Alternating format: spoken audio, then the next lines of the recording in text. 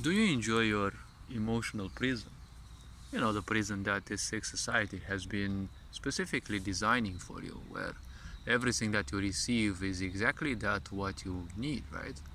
See, if all the prisons in the world, physically speaking, were as comfortable as the one you're living in, I'd say everyone would want to commit at least one crime so they end up there, right?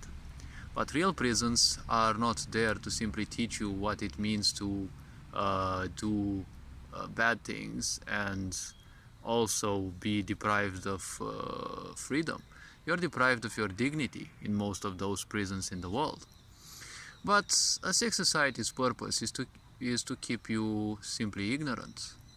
If you look nowadays, it only seems to propel everyone who's willing and naive enough at the same time to listen to them in a single way, right? All the agendas nowadays seem to propagate people's minds only in one single direction, and everyone else is more or less an enemy, right? This was presented in the harshest way in the pandemic, where everyone that thought otherwise had to be demonized and victimized, even, well, discarded. They bombarded you with enough hatred that you would bully people who think otherwise, right? It was now legal. It was the same thing that the Middle Ages and the ancient times were highly representative of. Everyone who doesn't believe in what you believe, well, is the enemy and they must be killed. If you're the stronger ones, even if you're not the stronger ones, they still have to be killed. If you think about that, Catholicism has committed the most murders on this planet because, well, wherever it landed in the world, everyone else had to suffer if they didn't believe in their invented God.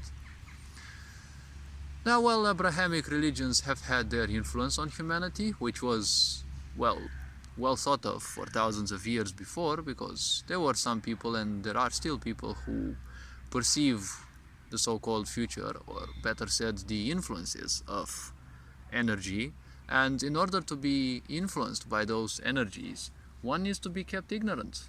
So everything in society was slowly and meticulously created in such a way that you are pulled out of the misery that the Middle Ages have been, and you are now put into a more pleasant misery.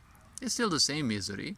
Now they have achieved prolonging your life, which means you will suffer even more, right? Back in the times, well, people would die at the age of 20 or 30 because of the extreme lack of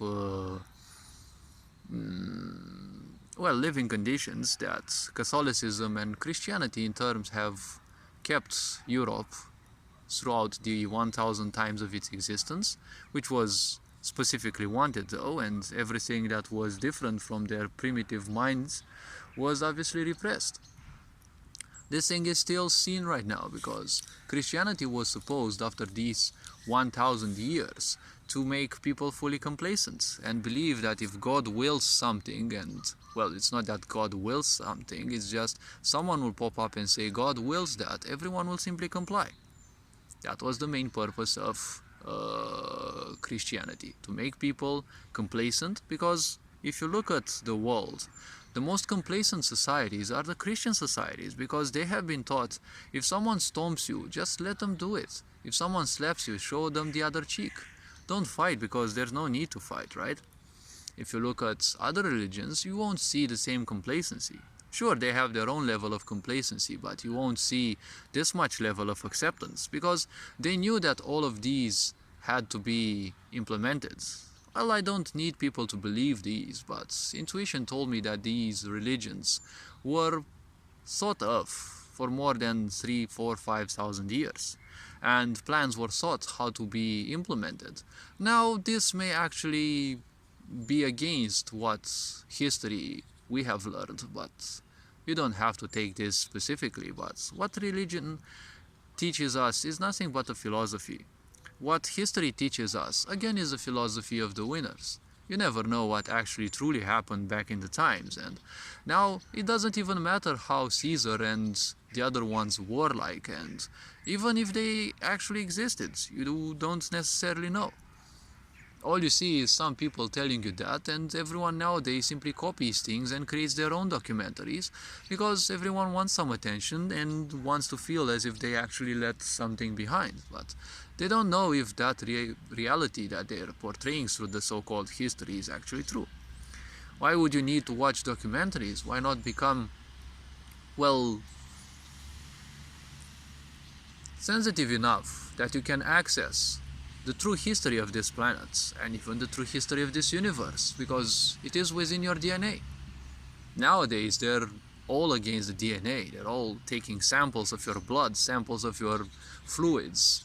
You never know what they put into your body. Well, a lot of things have been put into your body through chemicals in your food, chemicals in your shampoos, in your soaps. Everything has chemicals. You think those chemicals were put there just for the sake of it? Well, a lot of people might say, see, this is nothing else but constipational theories. Well, they might be constipational theories, but look at how people are changing. You may not see on their faces, but people are far more tired nowadays than they were back in the times, and no one's doing anything special. You're no longer doing that much physical labor that you're doing back in the times. You have so much time to rest nowadays, but still everyone is tired.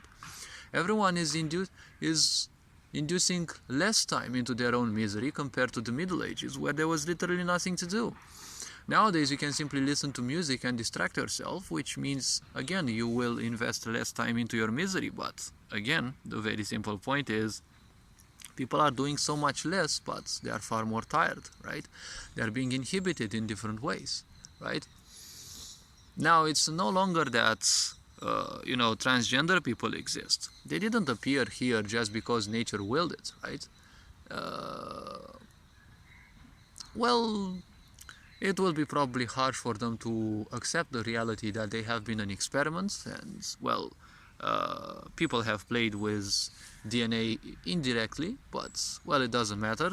Science says that there's so much estrogen in the water that in some places male fish have started getting female sexual organs, so this might be a point. Well, it correlates with certain things that have been happening since the 70s, 60s even. I said that this thing towards the transgender people's apparition in the world was started around the 50s, but, well, it doesn't matter. My intuition tells me things, but it's only stories for people, and it's up to them whether they accept it or not. The point is, accepting or not doesn't change anything, right? They will want more genders in the world because their agenda is to create a human that no longer needs to have sex to reproduce, because, well, these bozos who think they rule the world, they hate anything that's related to sex and such. They also will want to make sex prohibited sometime in the future in the, Western authoritarian society that is being built under the guise, obviously, of democracy. Because what has democracy done? Well, inhibited the rights of everyone. It showed its true face in the pandemic, where obviously only democracy was, but under the guise of you are being helped and protected, right?